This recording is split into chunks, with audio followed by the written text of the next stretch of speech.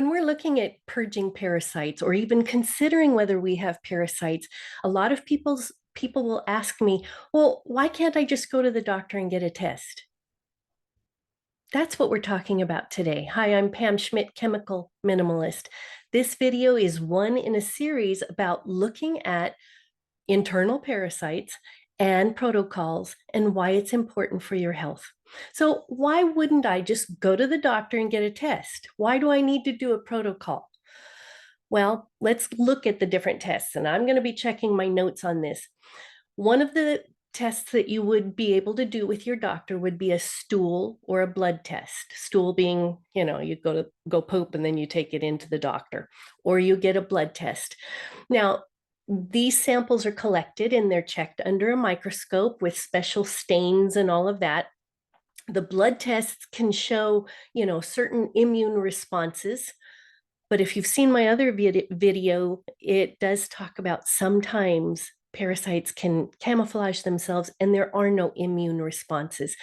And the stool sample is checked under the microscope. So there's another kind of test. The CAT scan or the MRI test can be used to find the large worms.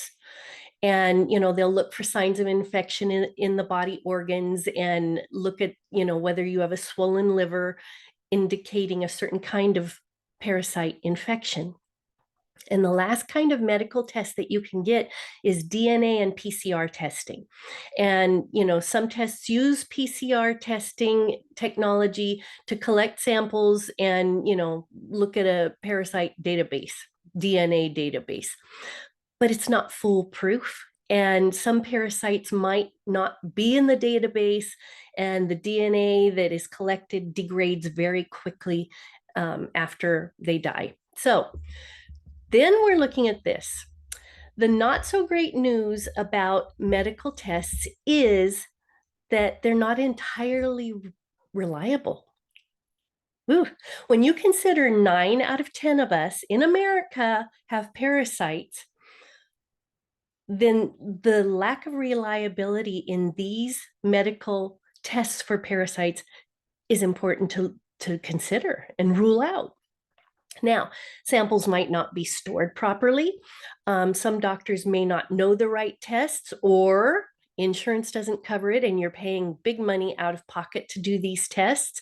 Not all lab technicians know how to properly detect parasites.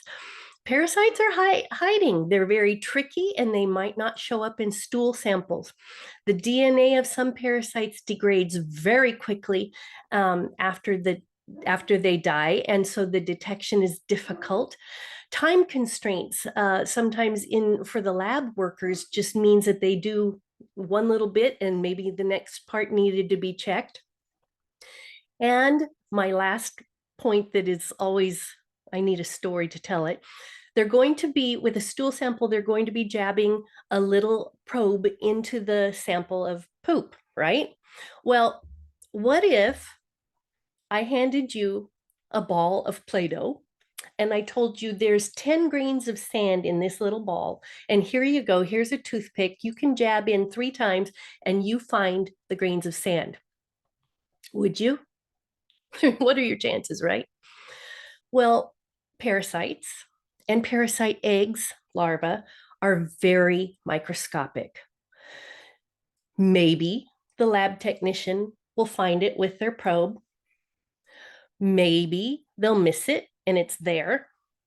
Maybe you're at a point in the life cycle of the parasite when it didn't show up in the sample. So, and then if your insurance doesn't pay it or you have a high copay, you're paying for it. And what reliability is there in the tests? So when you're wanting, if you really want to go to a doctor to get this tested, then consider going to a functional practitioner. That's different than the Western medical doctor. And, they will be able to, run some different tests, but most likely you'll be footing your own bill. Okay, so consider that.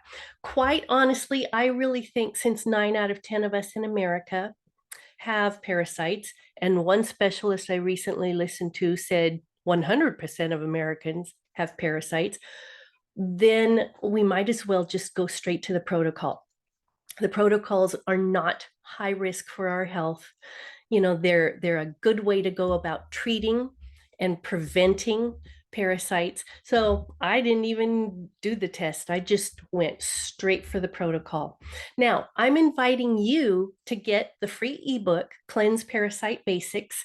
If there's a description below, check it, because that's where you can get that book, and it will go through quite a deep dive, 20 pages of looking at symptoms and exposures to parasites and ways that you can go about treating it.